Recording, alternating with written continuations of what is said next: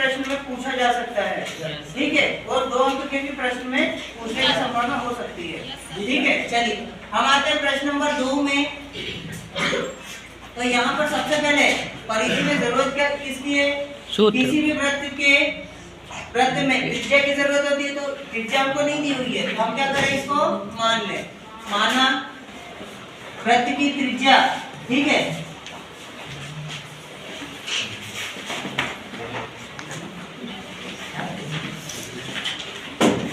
R है, ठीक है। R आप मान लो, परिधि की बात कर लो बेटा। परिधि का मतलब क्या है? ये जो किनारा है, ठीक है, आपको डायग्राम में बता भी चुका हूँ परिधि क्या चीज है।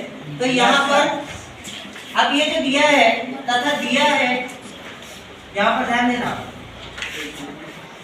दिया है, क्या दिया है बेटा?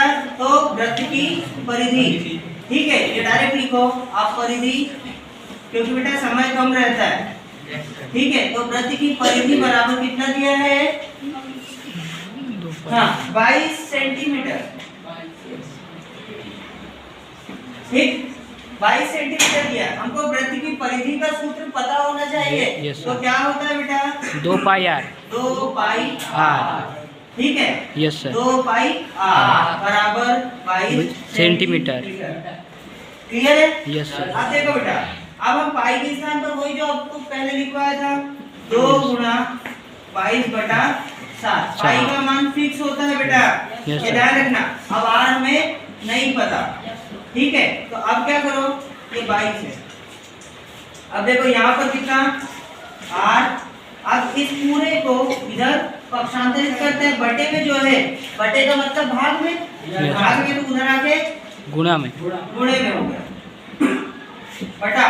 अब ये जो गुणे में है वो उधर जाके भाग में चला गया पक्षांतरित होने पर, तो कितना हुआ? 2 गुणा 22, r को छोड़ के बाकी सबको उधर लगे। इतना समझ में आता है? Yes sir. समझ में आया? थोड़ा सा वापस कर, ठीक है, 10 सेकंड पीछे जाओगे, वापस पूरा का पूरा देख लो, डबल से समझ में आ जाएगा। ये 22 से 22 कैंसिल होता है, बचा क्या? 7/2 सेंटीमीटर। ये सेंटीमीटर में, तो सेंटीमीटर में हमें r मिल गया। अब उसने पूछा क्या है? वृत्त के चतुर्थांश का क्षेत्रफल। मैंने आपसे चतुर्थांश की बात की है बेटा। चतुर्थांश मतलब एक वृत्त का चौथा भाग का क्षेत्रफल। चौथा भाग कितना हो जाएगा? केवल इसके भाग, इसके 4 भाग कर दिए हमने बराबर, तो उससे एक भाग का क्षेत्रफल निकालना है। तो उसके लिए हम क्या करें? हम पूरे भाग में जैसे आधा करना है, तो क्या करेंगे? 2 का भाग लगाएंगे। Yes sir. ऐसे ही अगर 4 भाग में से एक भाग का क्षेत्रफल निकालें तो कितने का भाग लगाएंगे? 4 का। 4, ठीक है। तो हम क्या करते हैं, तब वृत्त के चतुर्थांश का क्षेत्रफल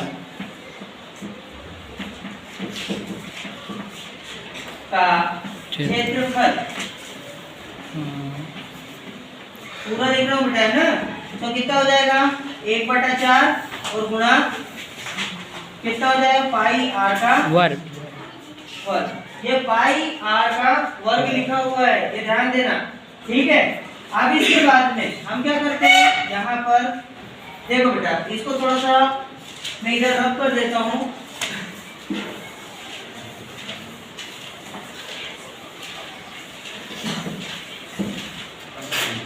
अब इसके बाद में यहाँ पर कितना है? 1/4 पाई r का वर्ग। इसको पूरा साफ सुथरा लिख देते हैं पहले तो। यस सर, दिखाई नहीं आपको ज्यादा अच्छे से समझ में आए, स्पष्ट। पाई r का वर्ग, ठीक है। तो 1/4 ये पूरा लिखा। Yes sir. ठीक है, 1/4 और फिर बराबर गुणा कितना होगा?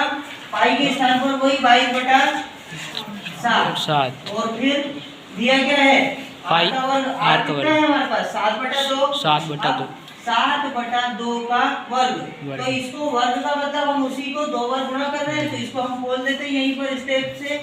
Yes sir. स्टेप भी तो बढ़ेगी बेटा, ठीक है। अब इसके लिए हमको करना क्या है? ये 7 से 7 कैंसिल, ठीक है।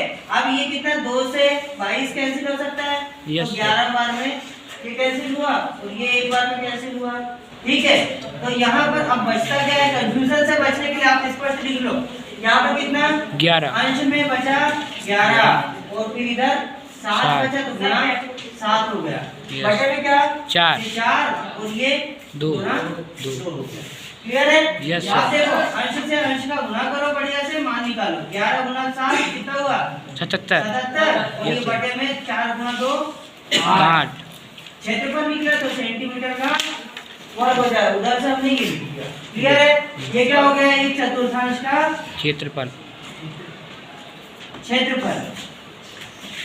यही कि बेटा ये पूछा जा सकता है इसलिए आप ध्यान रखें इसका।